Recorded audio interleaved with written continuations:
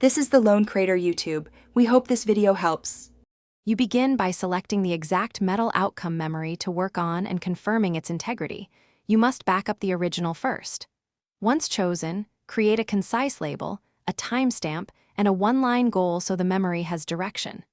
Next, open your encoding interface and set parameters like precision, retention duration, and access level. This step lets you control fidelity versus storage needs. Make sure to lock these settings before you apply the first write cycle.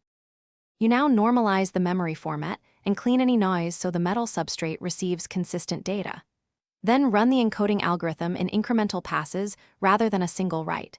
This reduces stress and gives you checkpoints.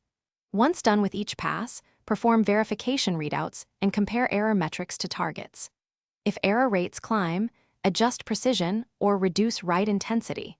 Doing this prevents irreversible degradation and balances speed with longevity, ensuring the outcome remains. You finish by running a full validation sequence, checksum, functional probe, and timestamp comparison to confirm fidelity.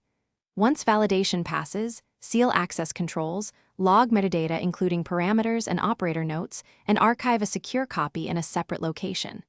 If discrepancies appear, perform a low-intensity re-encode on affected sectors or restore the backed-up original. This is often faster and safer than repeated high-intensity rewrites.